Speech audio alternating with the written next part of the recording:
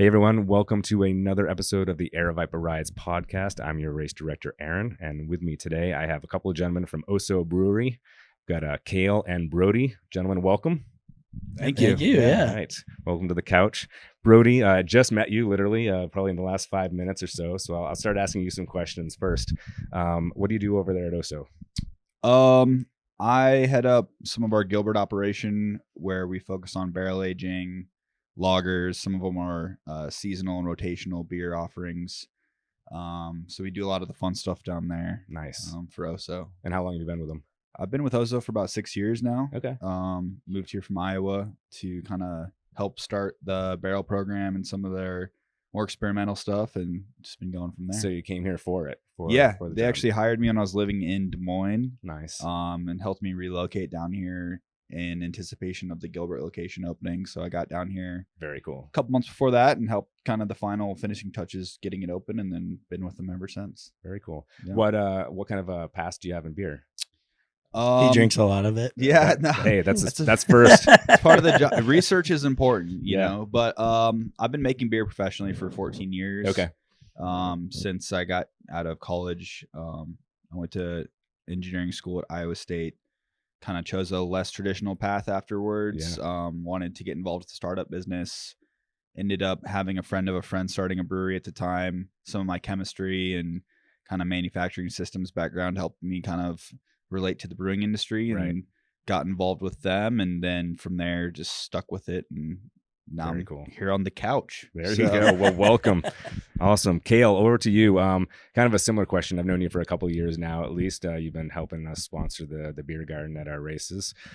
You do work a little bit more with the community, though, than what Brody does. Tell us about what your responsibilities are. Yeah, well, I mean, I do all the sales and everything, so it allows me to get out into the community. Yeah, So with okay. that, not only do people always ask you for stuff, because I mean, traditionally beer brings people together. Sure. I mean, not to say we're only here because of beer, but we kind of are in a off, Right. an off way. But yeah, I mean, it's, wherever you can help. I mean, you and I were talking before we went live, is that, if you're not able to help out your community, people who need it or whatever, it's kind of like, what's the point then, Sure. So with OHSO and everything we're able to do, it's really cool. Not only am I there to kind of help and watch our community, but actually physically be there also, because like these guys make the beer and I'll be like, hey, I need a ton of beer to go to this thing, and they're like, all right, I got you, and then I go, but I actually see it, which is like my favorite part. Sure. Is to actually see the impact that it has, because like people are like, oh my gosh, OHSO's great, which it's like, you guys brewing beer? Okay, you're good. Can I deliver the beer? Okay, we're good. Like, it's kind of doesn't mean a whole lot to us, but it means so much to them, and that's where I love it. So Very cool. Very Yeah. cool. And how long have you been doing it with OHSO? I've been with OHSO for like 11 years, I think. Okay. So when we started Arcadia, I was the first hire to go straight behind the bar. Gotcha. Kind of by default, actually. Okay. I got stood up for an interview and they felt bad, so they gave me the job. And then it was like a week later, there's like a picture of me in the office, and like our owner circled it. It's like, who hired this guy? Here I am on the couch. There you go. Well, welcome once again. Yeah. Hey, since we're talking about community, we'll stay with the community stuff. You guys do a lot with the local community, from different community outreaches, dog friendly patios. You're actually certified, I believe, right? Your patios are dog friendly, certified through a travel agency, like a pet travel. I'm messing up the whole title no, thing. I mean, I know I've seen it on your website. from my, and this is just the way I believe it, which hopefully it's not fake news, but from my history of obtaining everything that we've done at OHSO, is when we started OHSO in Arcadia, the idea was to be dog friendly out the gates. Right. And with that was, why can't we have dogs on the patio? There was no rules or regulations with that. Yep. And we kind of went to the city. It was just like, why? Like, there's no food being produced outside. All of it is inside, just coming outside. Like, why can we not do this? And then so after that, there was like, okay, now we could start doing that. So that's the way I remember. I'm not saying like we did it all, but at the same time, like, I born and raised here. I can't tell you how many huge patios there were back in the day. There weren't any, because everyone was too afraid of the heat. And, dog friendly was just not really a thing, then. But now it's like, their dog's better than the people that bring them in, For so, sure. yeah. For sure. No, it's the thing. I think if you capitalize both T's, it's kind of the thing around. And you're right about the patios. I mean, that's something that's really been maybe last 8 or 10 year, like Mm-hmm. patios are making a resurgence, and everybody who's anybody wants to throw a big patio. And you guys, I think, have some, I mean, not to brown nose anybody in this room, but you guys do have some fantastic facilities with the patios. So whether it was intentional or not, I think you guys did, you've morphed into the right thing for sure. Back at Gilbert, you guys have the park. I know and they've got the whole dog area outside of where they can play as well too, which is kind of cool too. I think it's maybe the only one that I know of that's like that. Yeah, I think we have more dog friendly seating than non-dog friendly seating at this point, with the park, our normal patio, and then the dog park that's kind of evolved out there too, which is an off leash area that has toys and benches to sit on. You can bring your drink out there, let your dogs run around. It gets professionally cleaned by a dog turf specialist, weekly, where they, make sure it's sanitary and everything's good to go there. And it's a dog groomer or washer there's right next door. Yeah, that's right. The That's dog right. groomer's Yeah, attached man. to the building. It's Yeah. really like a little dog oasis at this point. And then, it's a lot of fun for people because it's dog friendly, but it's family friendly. It's pretty much just everything friendly. So yeah, no, that is pretty cool. I know I've read some of the things that John G has put up on the website just in getting to know the company, and I know he's definitely, I remember there was something on there about the Arcadia community being very dog focused, dog centric, and they wanted something immediately once they put up that first store. Yeah, I don't want to get into child labor laws or anything, but like, he had Owen, who I think was like 6 at the time, was helping him make the dog biscuits, like out the gate at home. He's No like, way. I got the spent grain. We want to do this. Like, Yep. Like, this is a great use. People are like, oh, I mean, it's Pavlov's dogs with those dog treats. You just wrinkle them and all the dogs will look. And if I show up to a beer festival, I could forget beer and have more grace than if I forget dog treats. People get so upset if I forget dog treats. No kidding. At a beer festival. Yeah. That's pretty cool.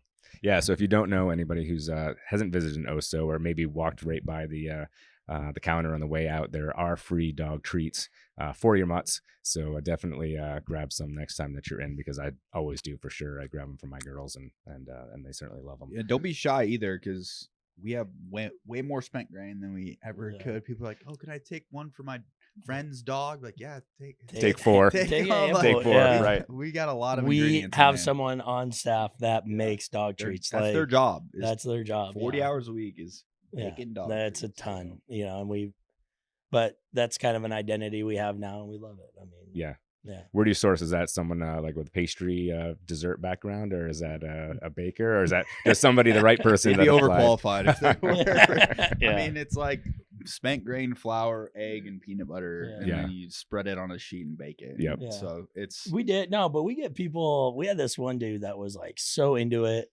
because he was like, when are you guys brewing this beer? Because I feel like this beer does, but like it kind of blew our minds, because we're like, we got to make the beer. That's where our focus is. Right.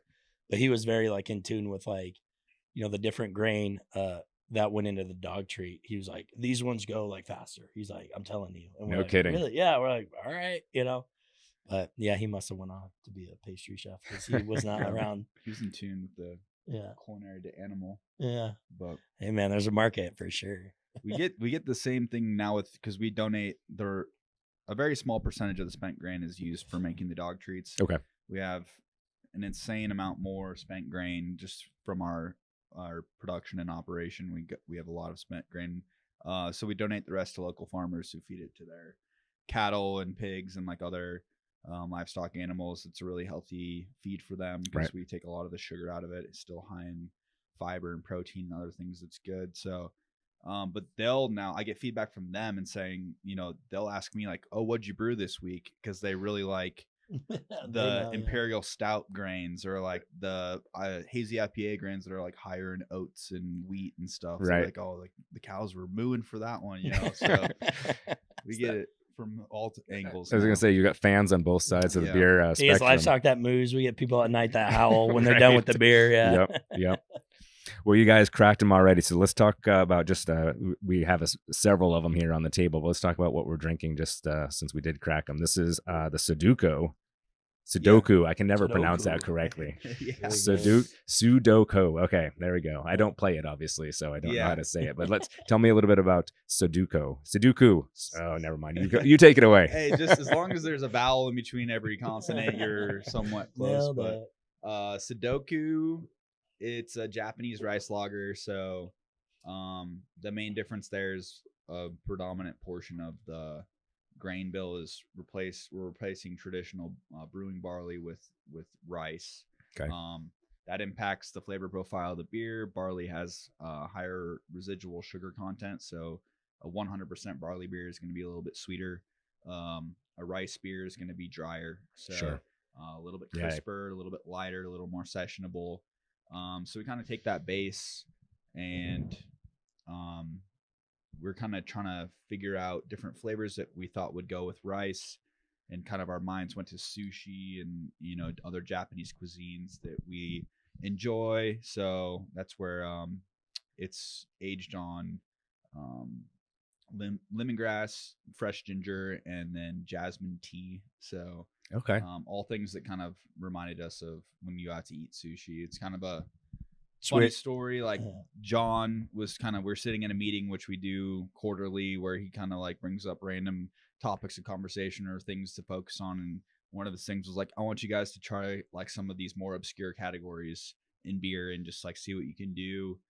And so we went on Untapped and just scrolling through the different beer style categories and Japanese rice lager and kind of clicking on them, seeing like how well represented they were. And we clicked on Japanese rice lager, and there was like all the beers that came up were not very highly rated. There wasn't really great reviews. And we're like, oh, maybe we can do something here. Yeah. And that's kind of where it started from. And then since then, it's gone on to be one of our kind of cult favorite beers. It's probably our most awarded beer from a beer judging competition standpoint. It's won medals at GABF. It's won medals at US Open. It's won medals at the Best of Craft Beer Awards. So it's really, really well represented for Arizona brewery outside of the state and on a national and international level, medal wise. And so, yeah, it's just kind of become one of our favorites. It's really easy, really sessionable, and crushable. So, yeah, that's kind of it is. Yeah, it is weird to say to people, what's it like? I'm like, if you like sushi, you'll love it. Yeah. Which is a weird transition to beer. Right. But like, it just has a lot of those like very herbal flavors and stuff. So I mean, you're drinking it, but I caught the lemon. I wasn't gonna say lemongrass, but I caught that lemony tinge, and then once you started labeling a couple of the other flavors, it sort of hits you afterwards. Like, oh, I did get that. Okay, and that's what I'm subtle. tasting. They're not like smacking in the face. They aren't. It's got a good balance, you know, of all the flavors. Nothing's really shining through over another one, but they all kind of come together in a really nice way and create this harmonious Japanese lager. So we're stoked to have it back. We just went without it for a long time. There's actually a disruption in the supply chain for the type of rice that we were using. It has to be very specific to be able to be used in beer production. You can't just like go down to the grocery store and buy a bunch of bags of white rice and throw it in the mash. It's not really how it works. So sure. It's a very specific rice that's been gelatinized the proper way so that we can use it in our mashing process and it doesn't disrupt the whole brewing operation. But there was just a disruption in the whole supply chain. And so we just got back from a different supplier. We were kind of worried we're going to get the same results now that we've switched some ingredients. This is the first batch that we've fully gone in with them, and it actually turned out really good. So now we know that's settled. We're kind of full steam ahead again. So nice. You should see this out more often now. And is this more rotational, as that you said? So it's not always available? Yeah, it has been in the past, mostly because we make lagers in the traditional sense where they go through the extended lagering in a horizontal tank. It's production space is our issue. We don't have the big tanks. Of course. And the traditional lagering adds about 8 weeks to the production cycle on this brand. So a lot of people are finding methods, which there's nothing wrong with them, to push lagers out on a shorter timeline, closer to the 4-week turnaround. That, if you're focusing on production, anytime you can eliminate, even a week off of the timeline on something's a huge deal. That means another week that you have that tank open to start the next batch or do something different. Right. We're still at like a 12-week lagering process on this one. So it does create a better product in the end, we think, overall, but it does take a long time. And so it's kind of limited when it comes out, but it's 3-month-old beer. He's in the making. So that's Right. what people don't get. Yeah. Yeah, it doesn't just doesn't happen overnight, right? Yeah, I mean, no. For those who are uninitiated to it, it does take a while to produce any kind of beer for the most part. Yeah, right? timelines are always kind of mind blowing to some because the spectrums, both ends of the spectrum, are kind of the longer ones, like the lagers and then the barrel age. Those take exponentially longer than the ales, which are the ones that you might seem more complex because they're hoppy and they're flavorful and all these things, but those flavors actually happen from the quicker turnaround on them. So yeah, the lagers and the barrel age, those take 3 months plus, and then everything in between you can sometimes get in 2 or 3 weeks. So Gotcha. Amazing stuff. So there you go, folks. No, this is great. I think it's a great addition. I don't remember it from the rotations in the past, so this is my first time trying it, and I don't even remember seeing it before. So again, it's a brand new to me, and I can definitely, like you said, I think it's easily crushable, and on a hot summer day or on a night having sushi, I think it would actually complement. Maybe after a run or something. Maybe after crazy, a run or mountain bike. We don't talk about running. This is mountain biking. Oh podcast. yeah, the biking. Yeah. Well, you run away from the mountain biking. This is the first mountain biking podcast that's not about mountain biking, actually. So we're talking about beer today. No, this would be a great after ride beer for sure. Definitely nice and crisp. So I welcome it back. Thanks for bringing it in. That's a great one. Yeah. You were talking about ales, and I from my standpoint, ales seem to be the more popular. Is that a fair thing to say? IPAs and pale ales. It's pronounced Cales. Yeah, Cale. Cale's more popular. More popular. Yeah. For sure, Cale's pale ales are popular. Yeah, from an actual stylistic demographic, American Light Lager is still the behemoth of, because that incorporates everything from Bud Light, Busch Light, Coors Light. We won't mention them, but that okay. Whole, you kind of have to, there, right? Man. Yeah, they're there. The big elephant in the room. Yeah, Right. Nike's there. You can't escape it, but they're there. You know? Fair enough. Like just pure consumption percentages and numbers, they're gonna still be kind of like that big conglomerate blob that's taking up a lot of the percentage of your sales. But ignoring that, the next most popular category is going to be your hazy IPA, or your IPAs in general, but specifically hazy IPAs. Really? Okay. Beer's an interesting kind of thing. There's a lot of trends and dynamics, and like you never know what's gonna stick. You have all these weird one-off trends. These champagne IPAs or cold IPAs or whatever it is. And so some of them are just kind of a flash in the pan, and some of them end up sticking around.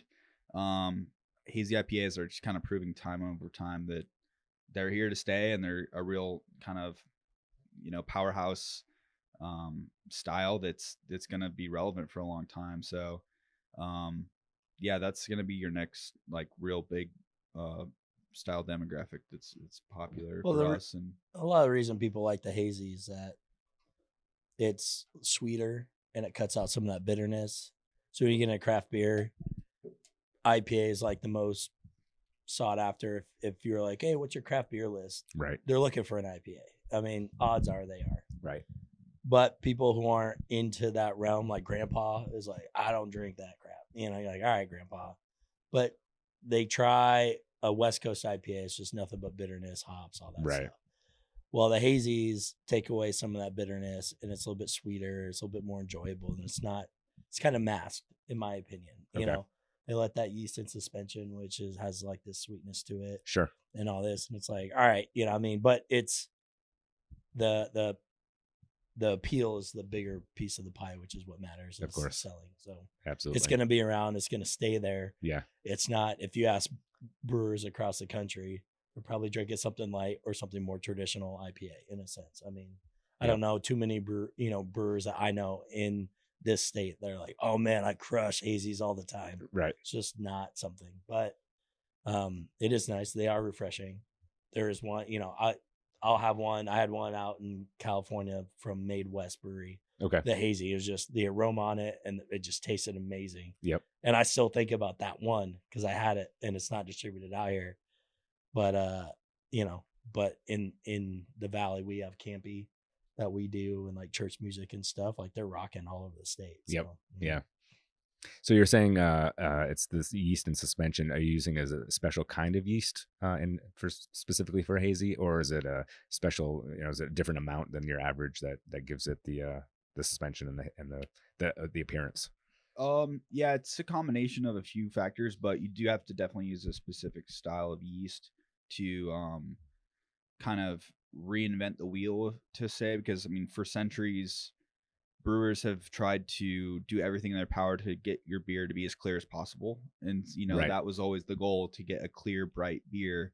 And before filtration, modern technology, and all these things, they had tried to try all these different fining methods or whatever it was to get your beer clear. Now it's just like, forget everything you learned and make your beer hazy again. And like, we don't want it clear. We want all that junk still in there.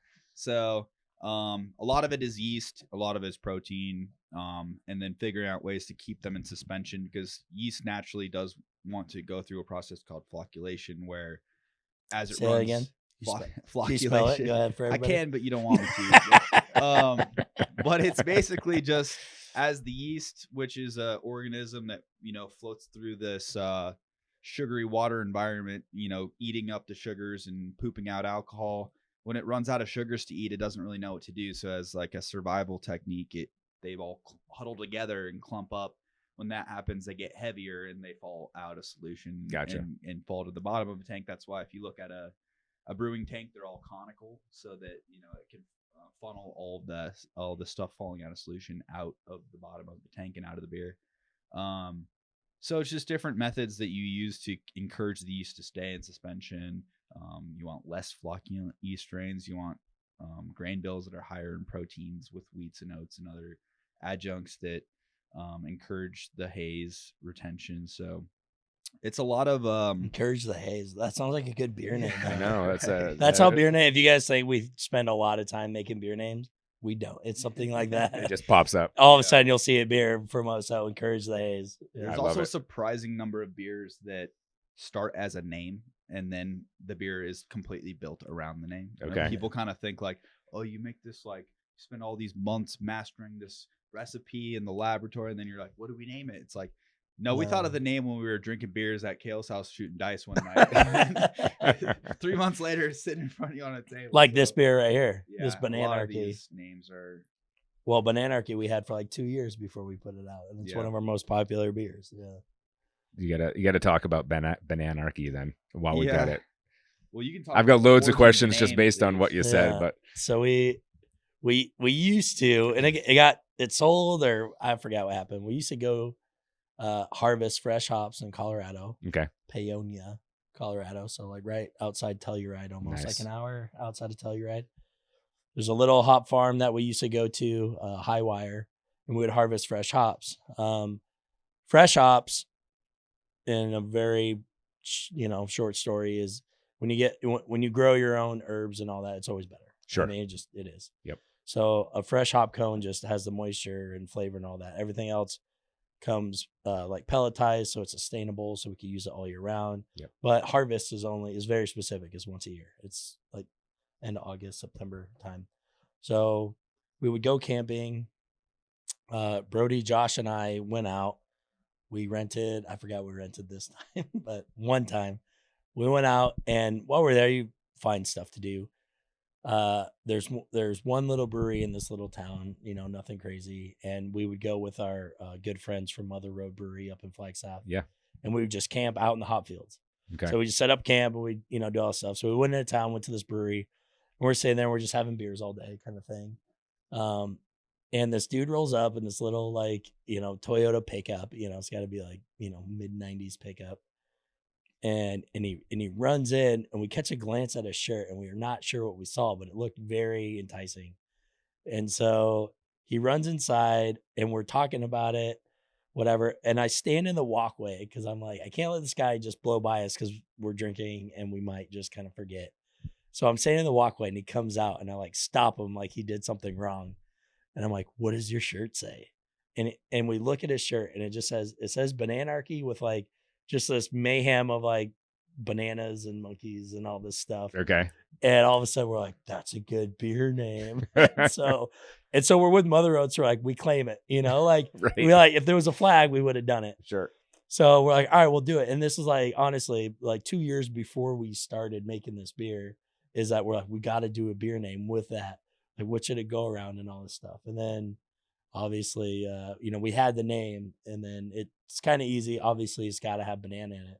But then Brody kind of put this mayhem together, which is, it just released last week. Okay. And it's like, we have a whole day surrounding it in Gilbert, which you talked about. We have Bananarchy Day, and it's by far one of our more sought after beers, seasonally anyway. Very cool. Yeah.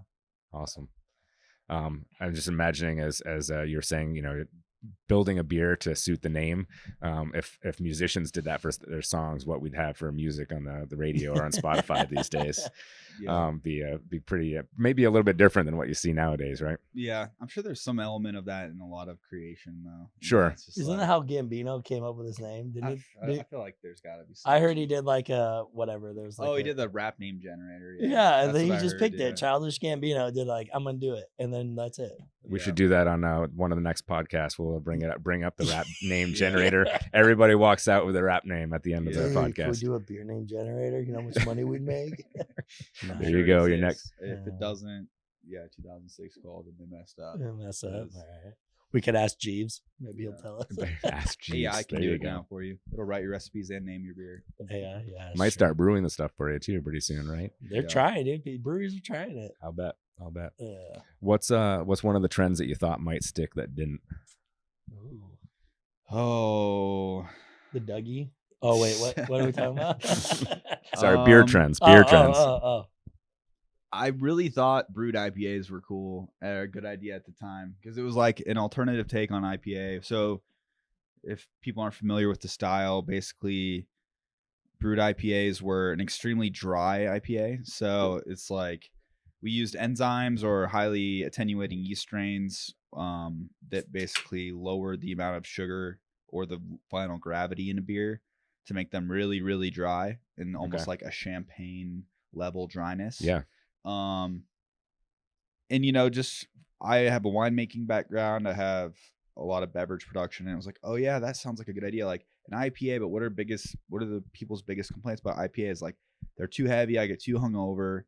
Hangovers are primarily from just sugar consumption and intake. I mean, alcohol doesn't help either, and dehydration and stuff like that. But higher sugar usually also means higher hangover. So like, oh, a lower, drier IPA, with all the same flavor profile and everything, like that's like brilliant idea, And so it was a thing. We all made them for a while. We did some collabs, and then, before you know it, no one cared anymore, and it was just, water under the bridge. So that's one that kind of just, we had that big. You couldn't go around town without finding a brewery that wasn't making a brewed IPA or some type of version of it. And then now I'd be impressed if you found one brewery making it. So we want to do one called I Am Brute. Yeah. Nice. There's always a name out there for something. Is there a physical list somewhere where you're just waiting to fill? Yeah. Everyone has their own list because it's kind of proprietary. Okay. It's like, who knows where your career might take you. You can't just surrender all these names to some entity without any kind of collateral that I don't know. They're protected. So G might have something to say about that. G comes up with the best names, right? Yeah. Sandwich. G wanted a sandwich. It sounds dumb, but in a sense, be like, dude, I need a sandwich, And you're like, all right, I see it, Just like, what is it in college at the ASU, the library, I don't know the that bar. one. Oh, the okay. bar, the library. Gotcha. Right on Mill, they're like, yep. Oh, I'm at the library. You're like, oh, that's a good brilliant. Yep.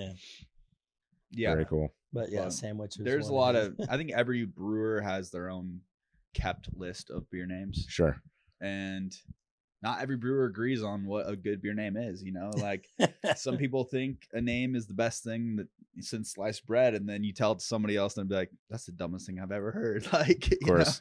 And we get a little bit of that. Some people are fans of certain bands or music or whatever, and like they think references Soup to to that will Nuts. be something funny, or like a reference to Three Stooges or something, and then in their world it makes a lot of sense, but then to everyone else who has no idea about that world, they're all just like, I could care less. So but beer is kind of like trendy in a sense, man. I mean, something happens, like you're looking at, Boom Shakalaka, or sure, like I identify Phoenix as a basketball town. Okay. So like when the Suns were making their run, dude, like everybody's behind it, everybody's putting out stuff. And it's like, like if you're on it first or you're there, like it's because it's kind of easy to do in a sense. I mean, I guess the same thing with merchandising, right? People put a image we had a on fun shirt. one 2 years ago during the playoff run where like Booker was drinking out of this water bottle with like that was taped over, and so like it looked like Michael Jordan's it was like Jam. they were hiding whatever was in the bottle to hiding the label or something. So it reminded us of the Space Jam, like the secret stuff, Booker's secret stuff. Like his water bottle he drink out, like famously just said books on it, like BOOK''S, and like he had his own special water bottle, his own special stuff in it, and so we were like, we're gonna make Book's secret stuff and like model it after the Space Jam scene, where like Mike's secret stuff, and so it's a trendy, fun thing to do. And I'd like to make a note too that as a basketball town, we're recording just a couple weeks after winning the World Series. Yeah. Well, for the record, we also made to the World Series. We did have a Snakes Alive on draft for the playoff run as well. So we don't discredit any of our sports. No, they're all great. But we've had more success recently in basketball, so it's a well, the World Series came out of nowhere, right? I mean, it was a good team and a great summer, but I don't know if anyone was predicting to go all the way. It's cool that they will next year. It'll be interesting. Oh yeah, right. They're young squads. They got a lot of years ahead of them. Very cool. Definitely. What was the trend? We'll go back to the trend question. What did you see coming down the pike that exploded that you called? Like this one's going to be the one, and sure enough. I don't know if I was like ahead of it enough to say that I called it at all, but the seltzer trend is something that's here to kind of stay as well. I mean, seltzers. I mean, Zima was like a joke. Like I don't even know if like out of nowhere, all of a sudden, like these canned seltzers and vodka sodas and all these things just exploded onto the scene, and then really rapidly, this like exponentially kind of, you see brands for everything. There's spiked Sunny D and hard Mountain Dew and just Sonic. Everybody's got one now. All of your childhood favorites now have an alcoholic version of them. You don't just have to like go to Costco and buy a liter of vodka and like mix it with your Capri Sun. I think overall the style will stay. Obviously, there's no way to sustain all these like obscure segments of it, where like hard Dr. Pepper or whatever is gonna like be around in 20 years. I don't know, but as a brand or as like a style, I think it's probably here to stay now, especially because it's gluten free for the most part. It's a lot of people with dietary restrictions or people who like lower calorie options. That's right up their alleyway. So I feel like it always served a purpose, but we were able to get in on the trend kind of early on. A lot of times it's like you jump on or you miss the boat type of thing, because especially with this one, there's so many brands out there and it's so hard to be competitive in a market where you're competing against these mass producers who have access to huge volumes of raw ingredients, which means lower price points and all these things. And so as a local producer, to stay competitive in that industry, you really have to like kind of get out ahead of it and like start establishing yourself so that you kind of get that little following going. And then also you're gonna have to make a quality product at an affordable price point, so we're never going to compete with the Trulies and the White Claws that are making billions of gallons a day, but we're able to like do our best at our level. And so we were able to kind of get in on the seltzer trend, and we have a really cool seltzer line going now, and it's popular and locally and just kind of continuing to grow in a degree. So yeah, that's one that was fun. And if you do a mountain biking race, you might try to have some. I think we might at our next one. Thanks to you guys. We can do a no carb version if you want to throw it at the the 95% done aid station. There we go. Right. The we'll call it a flat seltzer, flatzer. Right. There we go. We'll think on the Coming to you soon. Oh, Oh, and speaking of name, though, I think you guys nailed it with the name for your seltzer. Yeah. I mean, it's pretty good, and I don't know if Jordan's gonna switch to my camera just so we can see it, but oh so hard. I think it's just like the hard perfect seltzer. hard seltzer. Yeah. I mean, Wow. it is. It's like you're saying, everything that we drank growing up as kids now has alcohol already in it, where we used to have to go buy the vodka and throw it into whatever we were drinking. So, kudos to all of you. I mean, you said you weren't necessarily the first, but kudos to all of you who are now just making it easier for us. I don't have to buy 2 bottles of something to mix. That's right there in a can and if I feel like it. You have actual scientists coming up with the proportions in these cans now. Right. So, people are like, oh, I can buy a Jack and Coke in a can, or I can just make my own. It's like, why would I ever buy it in a can? It's like, well, this was like made in a laboratory to be at this perfect specification that it's like the exact ratio that it's supposed to be. You make it at my house party, it's gonna be the same. It's gonna be a little different. You might have 3 Jack and Cokes to put you on the floor if you have one at Cale's, but where's the Coke? I knew I forgot something. Yeah. Well, that and the sizes too. I think specifically the Jack and Coke ones, if I remember, they're actually like a smaller size can anyway. Yeah, I think right? they're the 12 ounce. Like they're 12. They're just squat. Okay. Yeah. Gotcha. It's a good amount. Yeah, it's definitely a different RTDs ready to drink. Ready. Yeah, I mean those will stay too. I think. Yeah. You get the ranch waters and the vodka soda ones, high noons or whatever. They all seem to be super popular. So probably stick around. No, and I think just like everyone, some do it better than others, and like you said, some will be here in 5 or 10 years, and some won't. And it kind of depends, I think, probably obviously on personal trends as to, some people do like that fruitier, more fruit juicy than just a crisp cider, or a crisp seltzer, excuse me. But some people like just more like the hint of a fruit and or hint of a flavor and more of the cider. That's something that you can have on the porch on a summer day too. So I think that'll be left to. Trends are very cyclical. It doesn't matter if it's fashion or beer or culinary wise or whatever it is, like everything comes back around. I don't know if this is the rebirth of Zima, but maybe it is in like this time to shine. But are they even do they make anymore?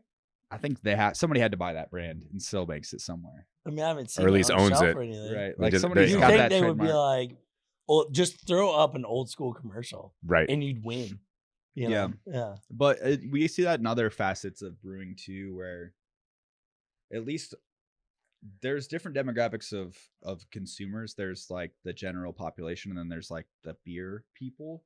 Like West Coast IPAs are now like the super popular thing within beer people, which that's kind of like where we started from, and now we're like full circle back to the original.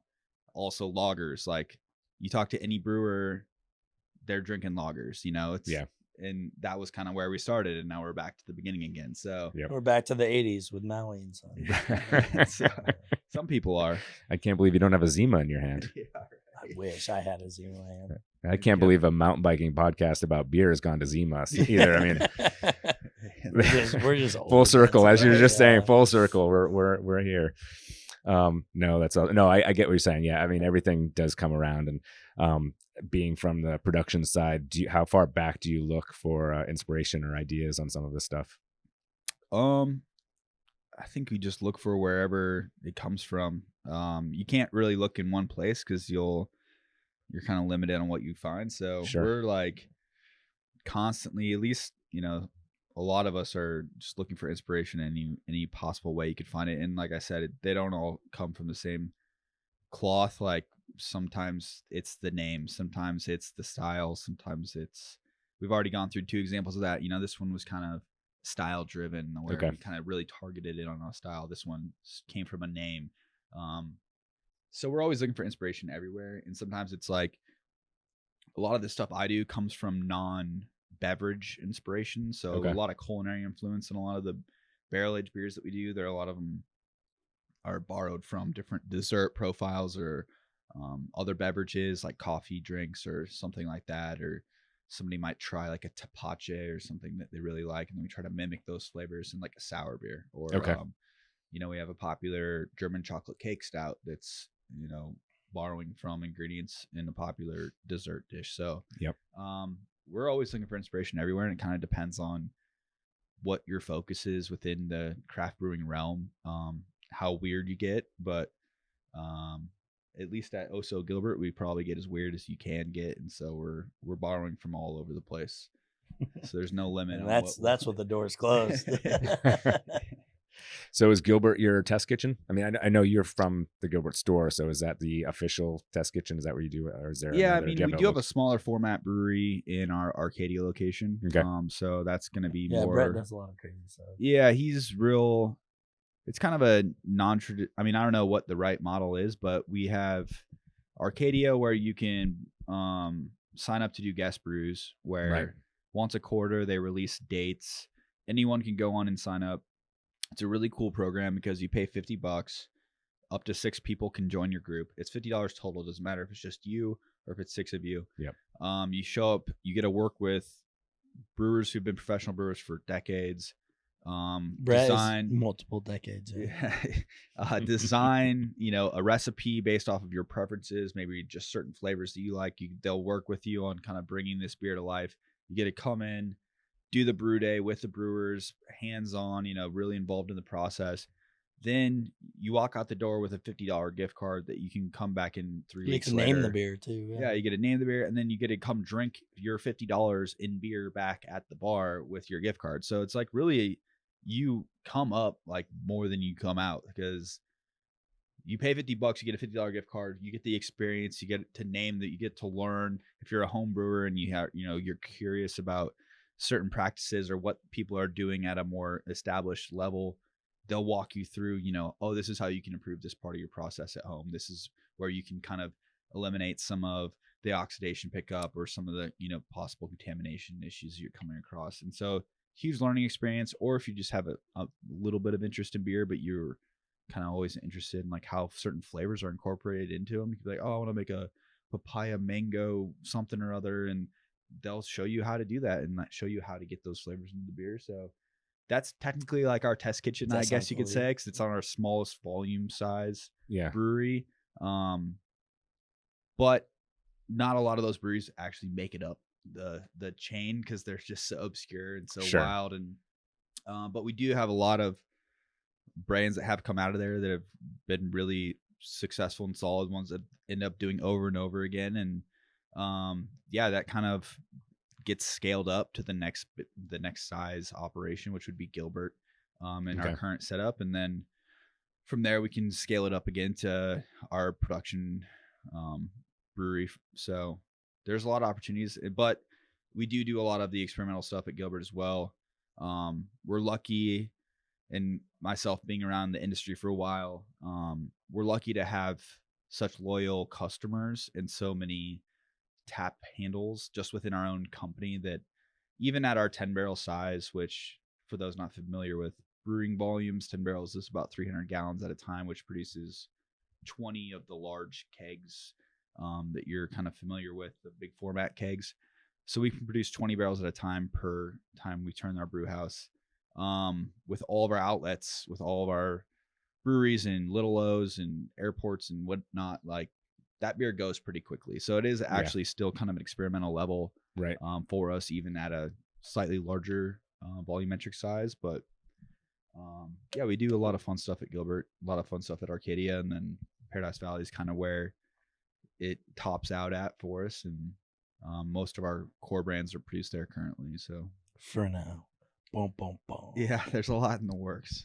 That's pretty cool. I wasn't aware that you were at the Brew Your Own, that you're actually brewing up your own recipe or you're bringing your ideas. I kind of just assumed that you'd go in and help you brew one of the standard ones that you have. Yeah, I mean, you can do that too if you don't have any ideas and you're like, literally, I just want hands-on. I'm brain dead, and I just want you to tell me everything. I love craft beer. I have no idea where to start, dude. We'll do it. We'll help you. That's He'll cool. do that too, So you can be as involved or as uninvolved as possible if you're just some corporate guy who's hosting some people from out of town and you just want to do something cool or off the cuff that's different, and you just don't want to have any involvement, but you just want to bring them in for the brew day so they can, shoot the stuff and drink some beers and have some food and spend a day doing that. And you can do that. Or if you want to be extremely involved in every aspect of it, you can do that too. So it's a really cool thing. We've had a guy who's done like 2 dozen No like, kidding. At least, Yeah. he's done. I mean,